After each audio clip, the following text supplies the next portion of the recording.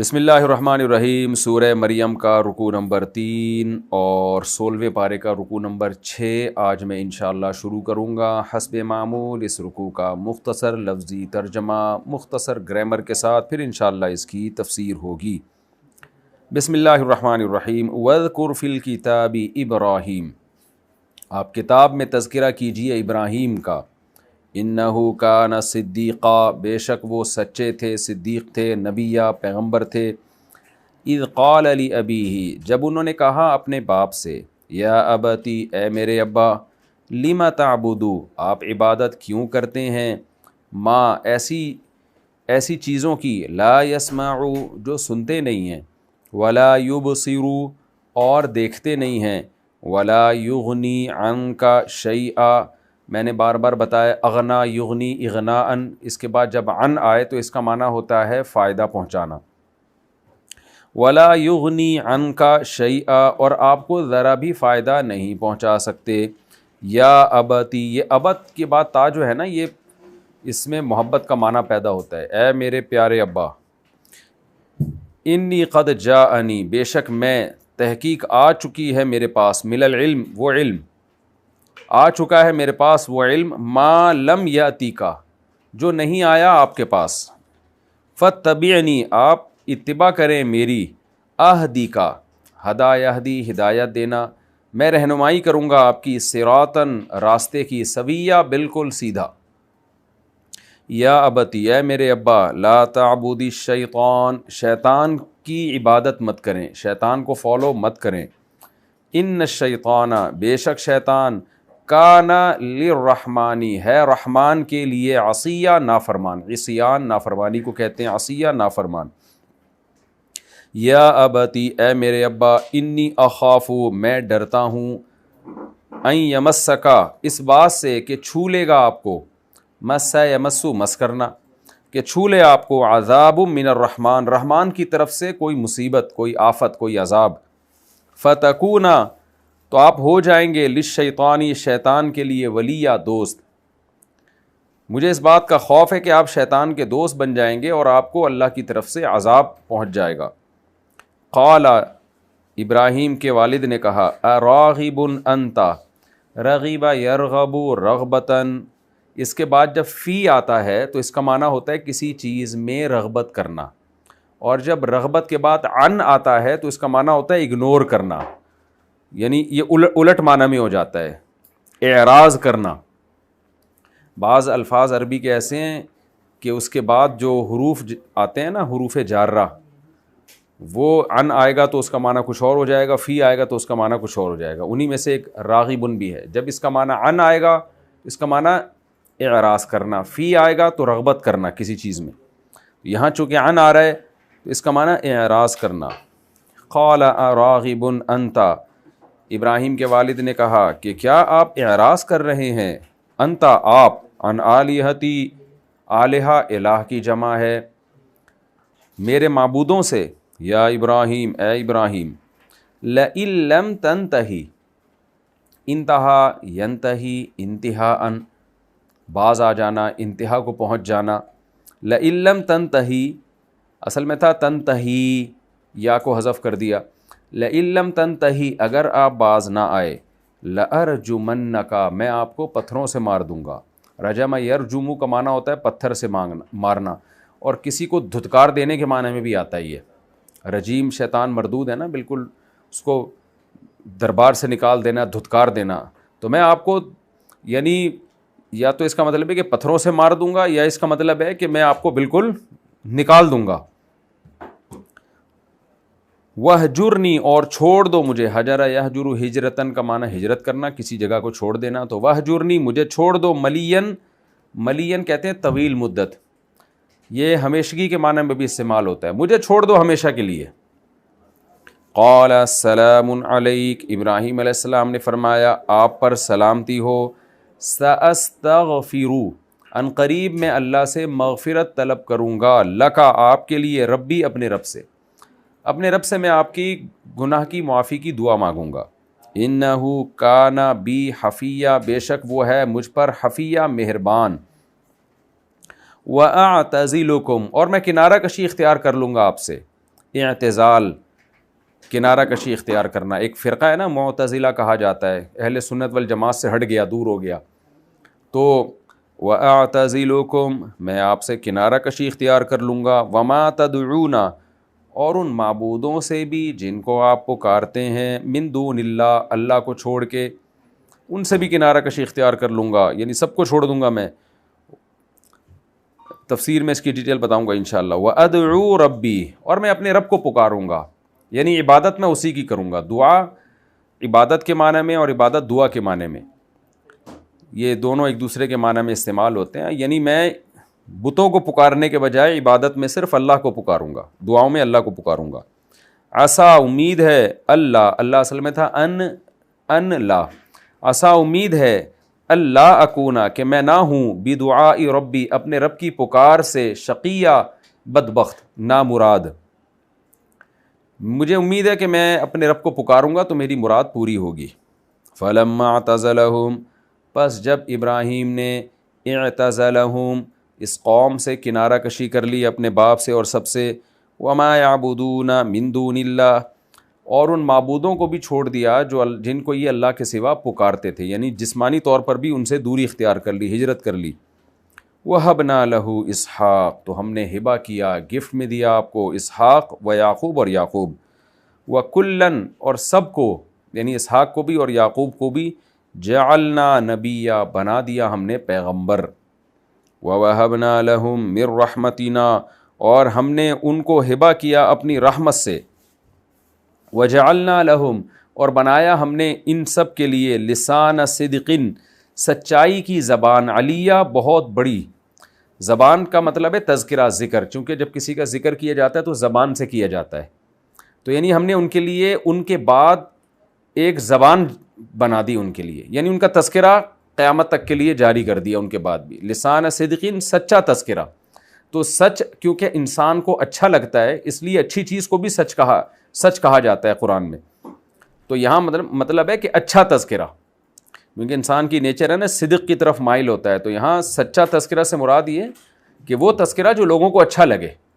تو یعنی ہم نے ان کا اچھا تذکرہ ان کے بعد جاری کر دیا. لوگ ان کو اچھے ناموں سے یاد کریں گے, اچھے الفاظ سے یاد کریں گے. علیہ کا مطلب بہت بلند, تو بہت بلند اچھا تذکرہ ہم نے ان کے لیے بنا دیا. یہ جناب اس کا مختصر لفظی ترجمہ تھا, مختصر گرامر کے ساتھ. اب ہم اس کی تفسیر کی طرف آتے ہیں. وَاذْكُرْ فِي الْكِتَابِ ابراہیم آپ کتاب میں ابراہیم کا بھی تذکرہ کیجیے. اس سے پہلے حضرت مریم کا تذکرہ تھا, حضرت عیسیٰ ابن مریم کا تذکرہ تھا. اب قرآن ابراہیم علیہ السلام کا تذکرہ کر رہا ہے. حضرت مریم کا تذکرہ پہلے کیوں تھا اور عیسیٰ علیہ السلام کا تذکرہ پہلے کیوں تھا, اس کی وجہ بظاہر یہ معلوم ہوتی ہے کہ سورہ مریم سے ایسا معلوم ہوتا ہے کہ اصل خطاب جو ہے وہ اہل کتاب کو ہے. تو اہل کتاب کا جو اصل اختلاف تھا وہ تو حضرت عیسیٰ کے بارے میں تھا, یہود و نصارہ کا. جو ابراہیم علیہ السلام کے بارے میں تو وہ سب متفق تھے, سب پیغمبر مانتے تھے ابراہیم علیہ السلام کو. پھر اللہ تعالیٰ بھی ابراہیم علیہ السلام کا تذکرہ کر رہے ہیں کیونکہ مشرکین مکہ ابراہیم علیہ السلام کی تعلیمات سے ہٹ گئے تھے, شرک پہ آ گئے تھے. تو قرآن کہتا ہے وَاذْكُرْ فِي الْكِتَابِ ابراہیم آپ کتاب میں ابراہیم کا بھی تذکرہ کیجئے. اِنَّهُ كَانَ صِدِّيقًا نَبِيًّا بے شک وہ صدیق تھے اور نبی تھے. صدیق کسے کہتے ہیں یہ بار بار میں بتا چکا ہوں. صدیق یہ سچے کو کہتے ہیں. سچے سے یہاں مراد صرف وہ سچا نہیں جو زبان سے سچ بولتا ہے, بلکہ سراپا سچ. تو سراپا سچ اسے کہتے ہیں کہ جس کے قول و عمل میں تضاد نہ ہو, یعنی منافقت کی اپوزٹ ہے, یہ منافقت کا الٹ ہے. ایک ہوتا ہے نا نفاق کے قول و فعل میں تضاد ہے آپ کے, ایک صدیق ہے جو منافق کا بالکل الٹ ہوتا ہے کہ جس کے قول و فعل میں بالکل بھی تضاد نہ ہو, اور قول بھی ٹھیک ہو عمل بھی ٹھیک ہو. بعض دفعہ قول و فعل میں تضاد تو نہیں ہوتا لیکن نہ قول ٹھیک ہوتا ہے اور نہ عمل ٹھیک ہوتا ہے. جیسے ایک آدمی برائی کرتا ہے اور لوگوں کو بتاتا ہے کہ میں برا ہوں, تو تضاد تو اس کے بھی قول و فعل میں نہیں ہے, جیسا ہے ویسا ہی بتا رہا ہے وہ, لیکن خود برا ہے. تو صدیق کہتے ہیں کہ جس کے قول و فعل میں تضاد نہ ہو اور قول بھی ٹھیک ہو اور فعل بھی ٹھیک ہو. اسی وجہ سے اس کا بہترین جو مطلب بیان کیا گیا ہے نا صدیق کا, قرآن میں آتا ہے نا من النبیین والصدیقین والشہداء والصالحین, 4 طرح کے لوگ ہیں جو جنتی ہیں, جو انعام یافتہ ہیں. ان میں صدیقین کو سب سے پہلے, نبیین کے بعد صدیقین کو شامل کیا گیا ہے. تو وہاں بھی میں نے اس کو ہائی لائٹ کیا تھا کہ صدیق کا مطلب یہ ہوتا ہے کہ وہ علماء جن کا عمل ان کے علم کے مطابق ہو. تو اس میں علماء کو اس لیے داخل کیا ہے کہ جس کے پاس علم نہیں ہے نا تو اس کا عمل تو علم کے مطابق ہو ہی نہیں سکتا نا. جب علم ہی نہیں ہے تو عمل کہاں سے ہوگا. اور دوسری بات یہ کہ علماء بھی وہ جو باعمل ہیں, کیونکہ باعمل نہیں ہے تو پھر وہی تضاد والی بات آ جائے گی, نفاق والی بات آ جائے گی. تو اس لیے اس کا صحیح مفہوم جو بیان کیا گیا ہے کہ کیونکہ اللہ نے پیغمبروں کے بعد بھی ذکر کیا نا من النبیین والصدیقین, تو پیغمبروں کے بعد تو ظاہر ہے پیغمبروں کے وارثوں کا ذکر ہوگا, علماء کا ذکر ہوگا.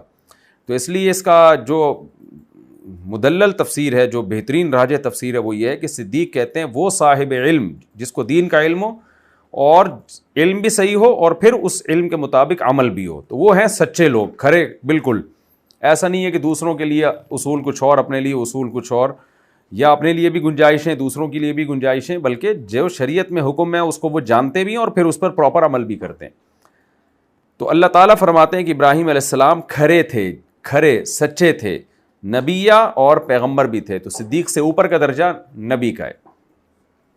اذ قال لابیہ, جب ابراہیم نے اپنے والد سے کہا, یا ابتی, اے میرے ابا. تو اس جملے میں تھوڑا پیار ہے تا کی وجہ سے, اے میرے ابا, لم تعبدو, آپ عبادت کیوں کرتے ہیں, ما لا یسمعو, ان معبودوں کی جو نہ سنتے ہیں, ولا یبصرو, اور نہ دیکھتے ہیں, ولا یغنی عنک شیئا, اور آپ کو ذرہ برابر بھی فائدہ نہیں پہنچا سکتے.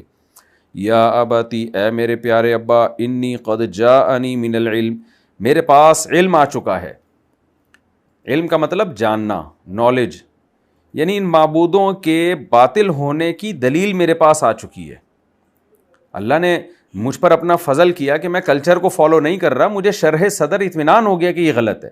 بعض دفعہ ہوتا ہی ہے نا کہ آپ سوسائٹی کو فالو کرنے کی وجہ سے گمراہ ہو جاتے ہیں اور آپ اسی چیز کو ٹھیک سمجھنا شروع کر دیتے ہیں. آپ یہ سوچتے ہیں اتنے سارے لوگ تو غلط نہیں ہو سکتے, تو بھائی کچھ نہ کچھ تو ہوگا ان بتوں میں. تو ابراہیم علیہ السلام کہہ رہے ہیں مجھے کانفیڈنس ہے اس پر, میں بہت کانفیڈنٹ ہوں کہ یہ غلط ہیں, یہ کچھ بھی نہیں کر سکتے. یہ ابراہیم علیہ السلام نے کیوں فرمایا, تاکہ والد محترم کو یقین آ جائے کہ میرا جو بیٹا ہے وہ علی وجہ البصیرہ صحیح راستے کی دعوت دے رہا ہے, اس کو اس میں کنفیوژن نہیں ہے. کیونکہ جو دائی ہے نا وہ خود ہی اگر کنفیوز ہے تو اس کی دعوت میں پھر اثر نہیں ہوتا. لوگ کہتے ہیں بھائی ان کو تو خود نہیں اپنے دعوے پر یقین ہے, یہ تو خود کنفیوژن کا شکار ہیں, تو ہمیں کیا سمجھائیں گے. تو اس لیے ابراہیم علیہ السلام نے کہا میں جو آپ کے سامنے دعویٰ کر رہا ہوں نا کہ یہ بت کچھ نہیں کر سکتے, تو میرے پاس اس کے بارے میں علم آ چکا ہے اللہ کی طرف سے, یعنی اللہ کی طرف سے مجھے جو ہے صحیح ہدایت دے دی گئی ہے, تو میں کانفیڈنٹلی یہ بات کر رہا ہوں. ما لم یاتی کا, یہ علم آپ کے پاس نہیں ہے, آپ کلچر کو فالو کر رہے ہیں. فاتبعنی, لہذا آپ مجھے فالو کریں, کلچر کو فالو نہ کریں.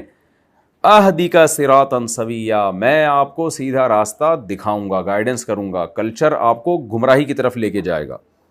یا ابتی لا تعبد الشیطان, اے میرے والد آپ شیطان کو فالو مت کریں. اب دیکھیں ابراہیم علیہ السلام کی جو دعوت کا انداز ہے نا وہ نرمی سے تھوڑا تھوڑا سختی کی طرف جا رہا ہے.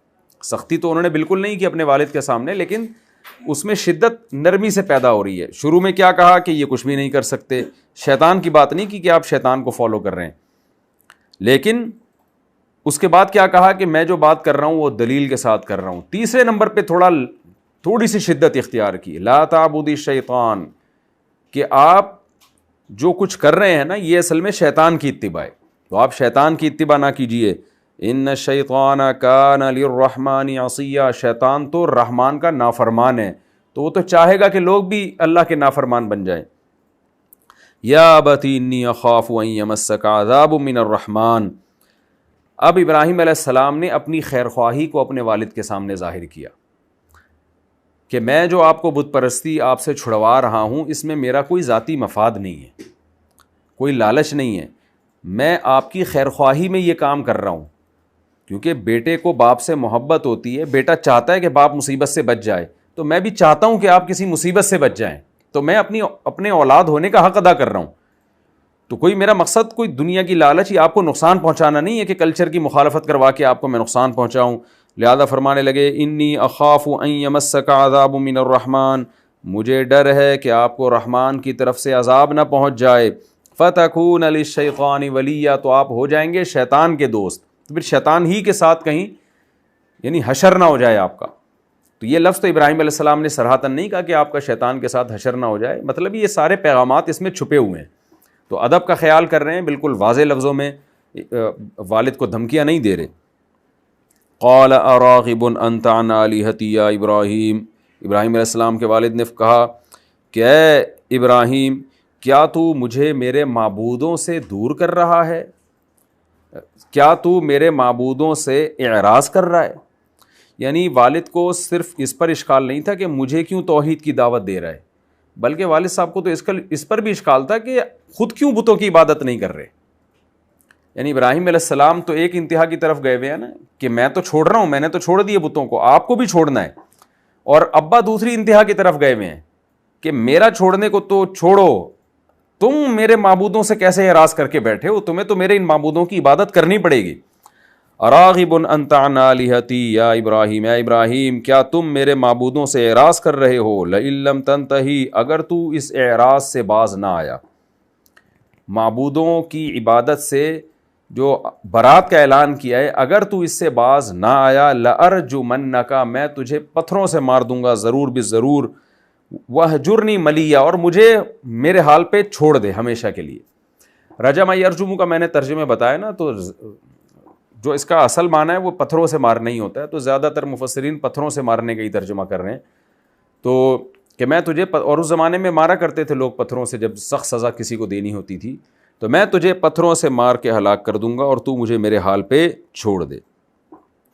جب ابراہیم علیہ السلام نے دیکھا کہ بالکل ذرہ برابر بھی باپ میں لچک نہیں ہے، بلکہ الٹا مجھے دھمکیاں دی جا رہی ہیں کہ پتھروں سے مارنے کی دھمکیاں دی جا رہی ہیں، تو کیا فرمایا ابراہیم علیہ السلام نے؟ سلام علیک، آپ پر سلامتی ہو۔ سأستغفر لک ربی، میں اپنے رب سے آپ کے لیے مغفرت کی دعا طلب کروں گا۔ کیا مطلب کہ ہدایت سے اسباب کی دنیا میں تو میں مایوس ہو گیا ہوں، یہ رسپانس ملا ہے تو مجھے نہیں لگتا کہ آپ کو ہدایت ملے گی، باقی اللہ دینا چاہے تو الگ بات ہے، لیکن میں اللہ سے آپ کی مغفرت کی دعا مانگوں گا کہ آپ کو توبہ کی توفیق نہیں بھی مل رہی تو اللہ آپ کے اس جرم کو معاف کر دے۔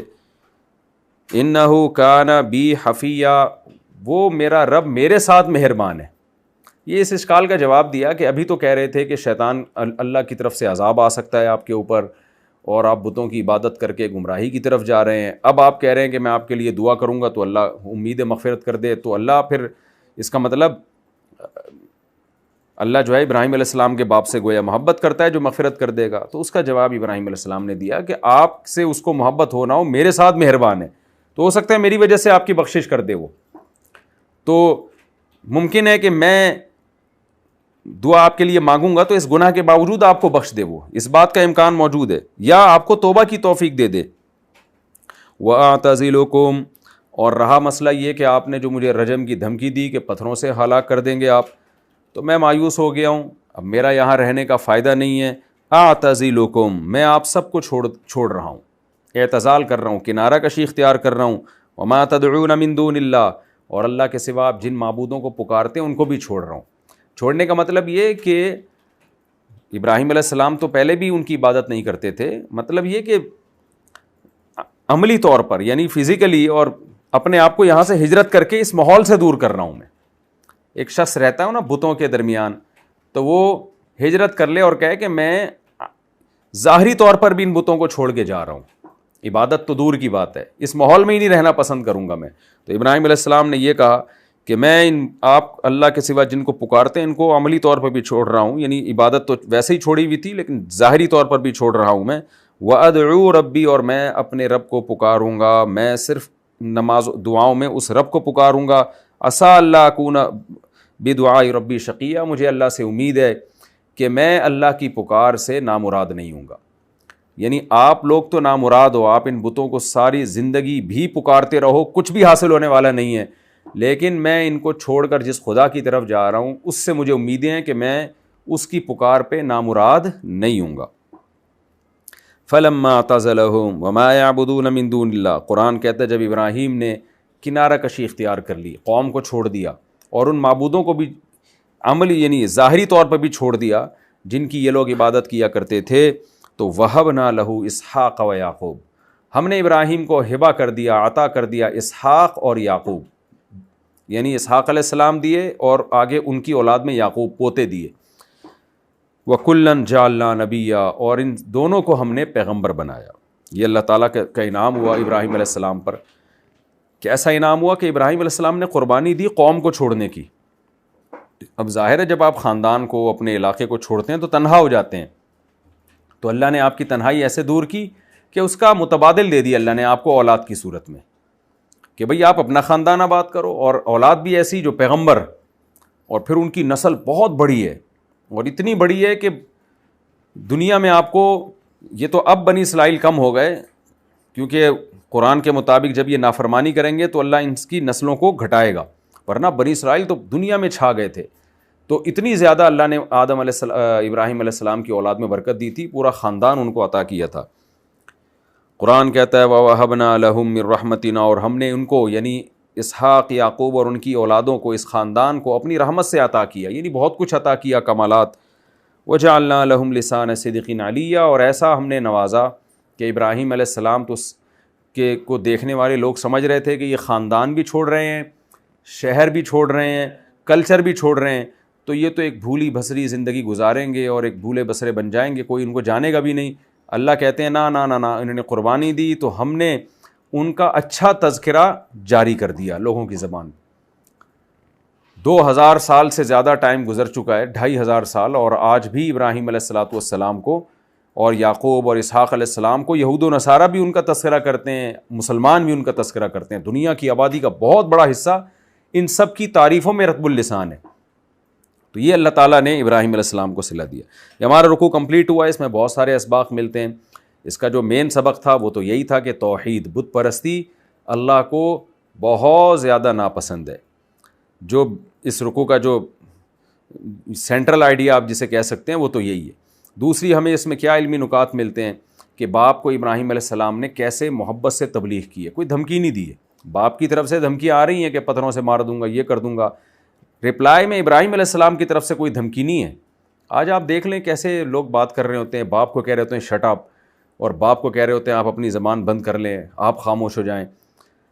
میرے پاس ایک شخص آیا نا اور اپنے والد کی بڑی شکایتیں کر رہا تھا اور کہہ رہا تھا میرے ابا بڑے ایسے ہیں، یوں ہیں، فلانا ہیں، تو چیختا تھا باپ کے سامنے۔ میں نے کہا تمہارے والد ابراہیم علیہ السلام کے والد سے زیادہ نافرمان نہیں ہو سکتے۔ ابراہیم علیہ السلام کے والد کا جو گناہ تھا، کافر بھی تھے، بت بناتے بھی تھے اور بت فروش بھی تھے، اور اپنی بیٹے کو زبردستی بت پرستی پہ مجبور بھی کر رہے تھے۔ اس سے زیادہ تو ایکسٹریم لیول پہ خدا کی نافرمانی اور بغاوت نہیں ہو سکتی۔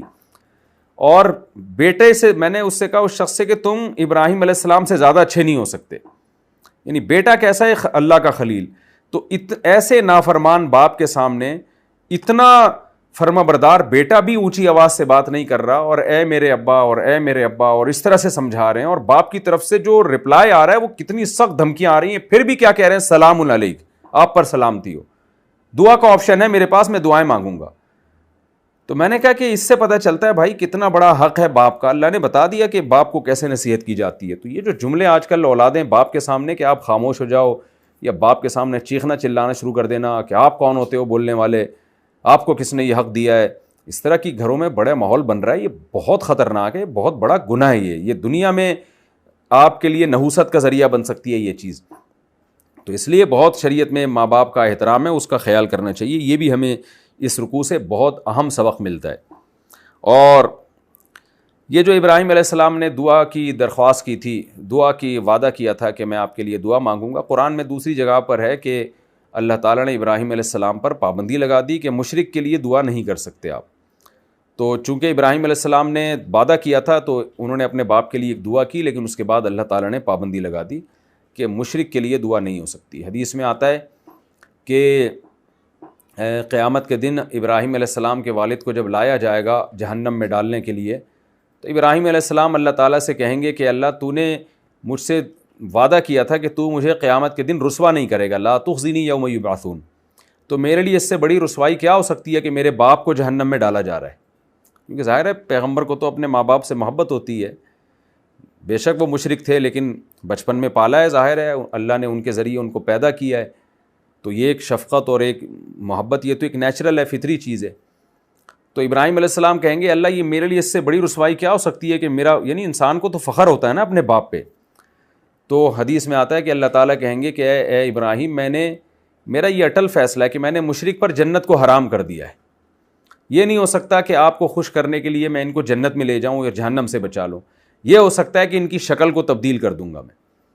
تو حدیث میں آتا ہے کہ ابراہیم علیہ السلام کے والد کی شکل کو تبدیل کر دیا جائے گا، تو دیکھنے میں ان کو اپنے والد لگیں گے نہیں شکل میں، پھر ان کو آگ میں ڈالا جائے گا۔ اللہ تعالیٰ ہم سب کو جہنم کی آگ سے محفوظ رکھے، اور ہمیں شکر ادا کرنا چاہیے کہ اللہ نے ہمیں جو والدین دیے وہ توحید پرست تھے، ان کے دنیا سے جانے کے بعد ہم ان کے لیے دعائیں کر سکتے ہیں، اور یہ بھی انہی پیغمبروں کی برکت سے ہمیں ماں باپ ایمان والے ملے کہ اسلام پھیلا دنیا میں، توحید پھیلی، اور ہمارے والدین بھی مسلمان تھے، ان کے باپ دادے بھی مسلمان تھے۔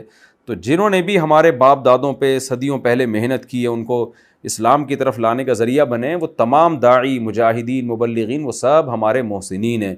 ہمیں ان کے لیے بھی دعا کرنی چاہیے کہ اللہ ان کے اس عمل کو ان کے لیے صدقہ جاریہ بنائے، کہ کم از کم اپنے والدین کے لیے ہم دعا تو کر سکتے ہیں۔ تو ابراہیم علیہ السلام پر اللہ نے دعا پر بھی پابندی لگا دی۔ اور اس میں ایک بہت اہم سبق کی بات یہ ملتی ہے کہ جس نوعیت کی انسان قربانی دیتا ہے نا، اللہ کی طرف سے وہی چیز انسان کو ملتی ہے۔ جیسے حدیث میں آتا ہے کہ صدقہ جو ہے مال کو کم نہیں کرتا۔ کیا مطلب؟ آپ نے مال قربان کیا اللہ کے لیے، تو حدیث سے پتہ چلتا ہے کہ یہی چیز مال کے بڑھنے کا سبب بن جاتی ہے، کیونکہ آپ نے قربانی مالی دی نا، تو جواب میں اللہ مال ہی دیتا ہے آپ کو۔ آپ اللہ کے لیے، حدیث میں آتا ہے من تواضع للہ رفعہ اللہ، جو اللہ کے لیے عاجزی اختیار کرتا ہے نا، جھک جاتا ہے، تو اللہ اس کو اونچا کر دیتے ہیں، اس کی عزت لوگوں کی نظر میں بڑھ جاتی ہے۔ حالانکہ آپ نے تو عزت کو قربان کیا، لیکن اللہ نے اور عزت دے دی آپ کو۔ تو یہ اللہ تعالیٰ کی عادت ہے کہ جس نوعیت کی قربانی دی جاتی ہے تو اسی نوعیت کی نعمت اللہ دے دیتا ہے۔ تو ابراہیم علیہ السلام نے قربانی دی، خاندان چھوڑا، یہ آسان نہیں ہوتا، آپ بالکل تنہا ہو جاتے ہیں، تو اللہ نے اس سے کروڑہ گنا بہتر خاندان ابراہیم علیہ السلام کو دے دیا۔ ابراہیم علیہ السلام کی دوسری شادی بھی ہوئی، حضرت سارہ تھیں ابراہیم علیہ السلام کی زوجہ، ان کے اولاد نہیں تھی، تو ابراہیم علیہ السلام نے اس لیے دوسری شادی کی حضرت ہاجرہ سے، ان سے حضرت اسماعیل علیہ السلام پیدا ہوئے۔ تو حضرت اسماعیل کی پیدائش کے بعد ابراہیم علیہ السلام نے پھر اپنا علاقہ چھوڑنے کا ارادہ کیا، تو اس کے بعد اللہ نے حضرت سارہ سے بھی آپ کو دو بیٹا اور پوتا دے دیا، تو یعنی جو پہلی زوجہ جن سے اولاد نہیں ہو رہی تھی ان سے بھی اللہ نے آپ کو اولاد دے دی۔ تو اسحاق علیہ السلام اور پھر ان کے بیٹے یعقوب علیہ السلام، یہ اسماعیل علیہ السلام کے بعد پیدا ہوئے ہیں۔ تو مزید اللہ نے آپ کے خاندان کو بڑا کر دیا۔ اس سے اولاد کی فضیلت بھی معلوم ہوتی ہے کہ بچے دو ہی اچھے ہوتے تو اللہ تعالیٰ ابراہیم علیہ السلام کو اتنی اولادوں کے اور پوتوں تک کے وعدے نہ کر رہا ہوتا۔ یہ پوتا جو ہے نا، اس کو بھی اولاد ہی میں شامل کیا گیا ہے۔ تو یہ بھی ایک نقطے کی بات پتہ چلتی ہے ہمیں کہ بیٹا جیسے آپ کی اولادوں میں ہے، پوتا بھی ہے۔ تو آج کل جو لوگ اپنے بیٹوں کی شادیاں دیر سے کراتے ہیں نا، تو وہ اپنے آپ کو بھی اولاد سے محروم رکھتے ہیں۔ آپ اپنے بیٹوں کی جلدی شادی کراؤ، آپ کو بھی اللہ پوتے کی نعمت دے گا۔ لیکن یہ ساری باتیں جب سمجھ میں آئیں گی جب اولاد کو انسان نعمت سمجھے۔ فیملی پلاننگ والوں نے اولاد کو نعمت کے بجائے ایک بوجھ بنا کے پیش کیا ہے کہ بچہ پیدا ہوتا ہے تو ملک پہ بوجھ بنتا ہے، وہ خاندان پہ بوجھ بنتا ہے، وہ غربت اور مہنگائی میں اضافے کا ذریعہ بنتا ہے۔ تو جب یہ سوچ آپ کی بن جائے گی تو یہ ساری باتیں آپ کے لیے بالکل کوئی حیثیت نہیں رکھتی۔ اور ہبہ کا لفظ جو قرآن استعمال کر رہا ہے، میں جس کو چاہتا ہوں بیٹے ہبہ کرتا ہوں، جس کو چاہتا ہوں بیٹیاں ہبہ کرتا ہوں، یہ ہبہ کا لفظ ہی غلط ہو جائے گا۔ ہبہ تو گفٹ کو کہتے ہیں۔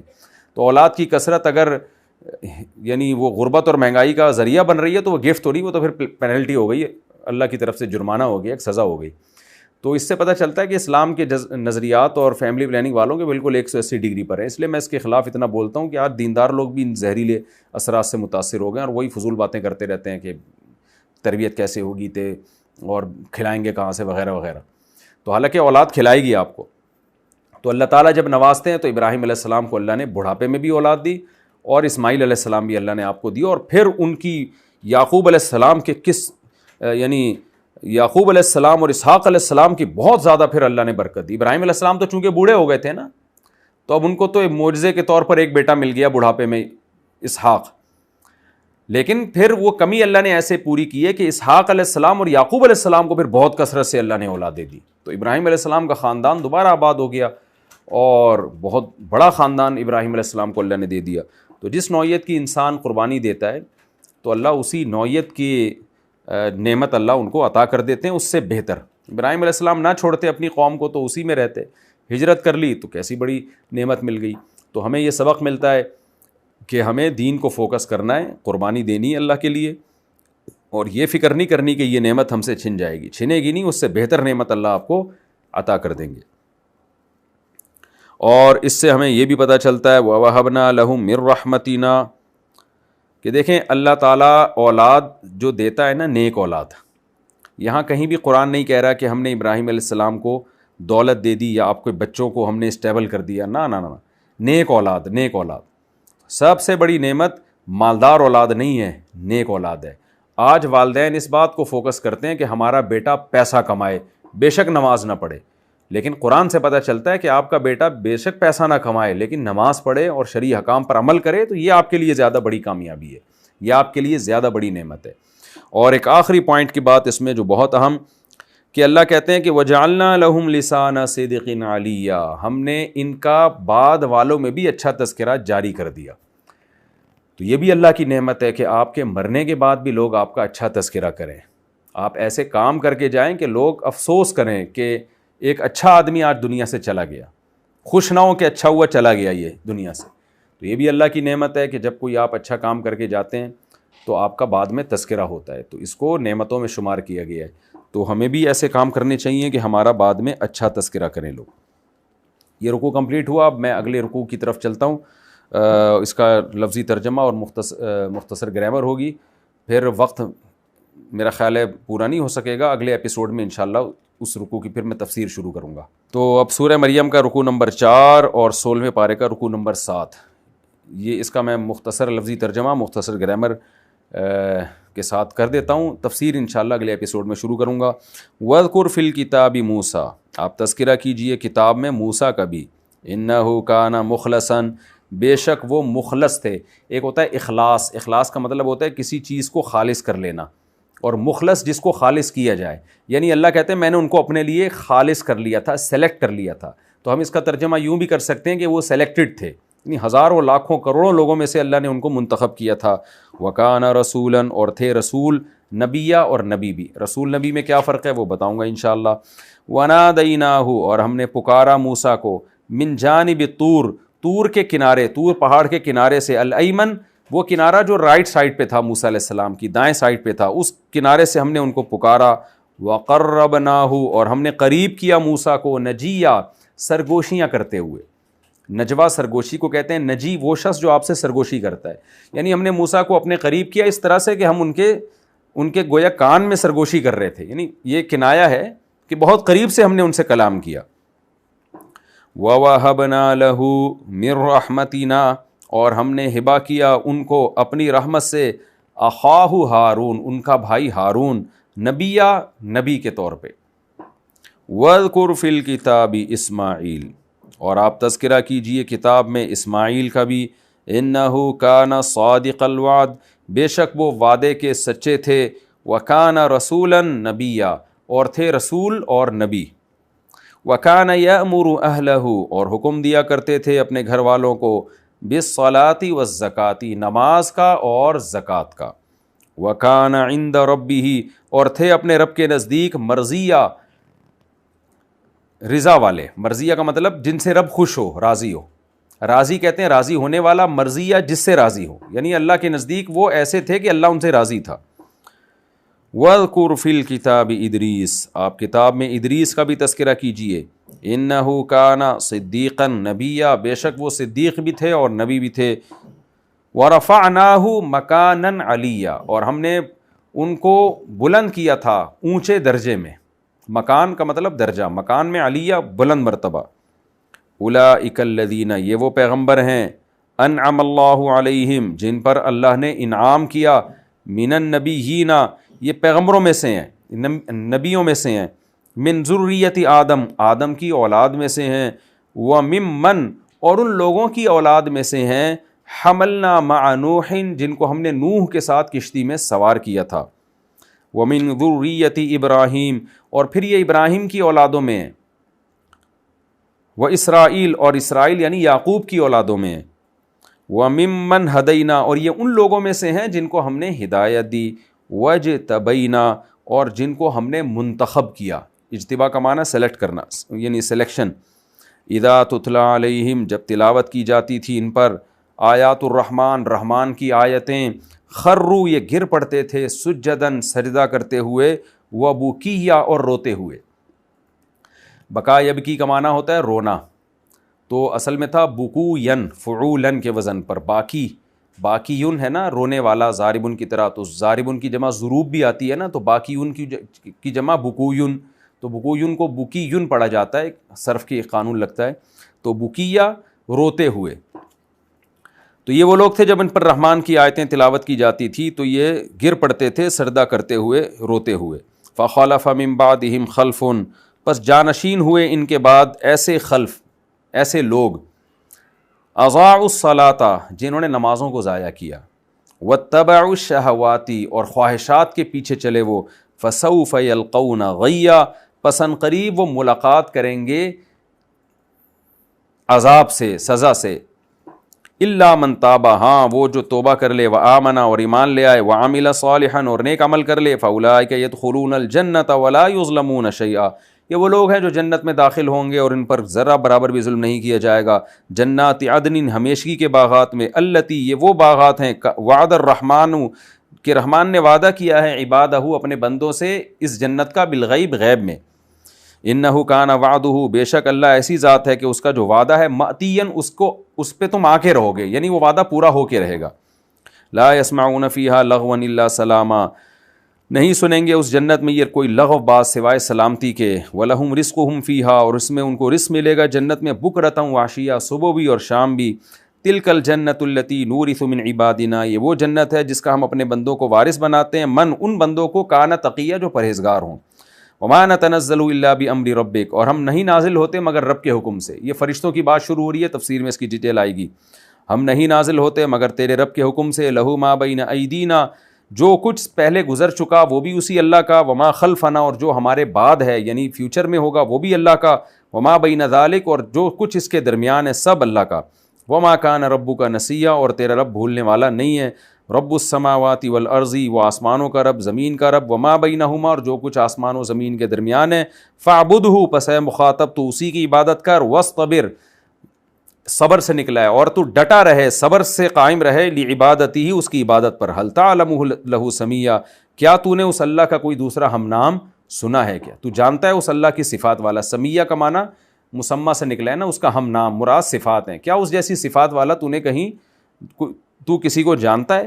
یہ جناب رکوع نمبر 4 اور 7 ہو گیا، انشاءاللہ اگلے ایپیسوڈ میں سورہ مریم کا رکوع نمبر 7 اور 16ویں پارے کا، سورہ مریم کا رکوع نمبر 4 اور 16ویں پارے کا رکوع نمبر 7، انشاءاللہ اس کی میں تفسیر شروع کروں گا، اللہ تعالیٰ میں سمجھنے کی، عمل کی توفیق عطا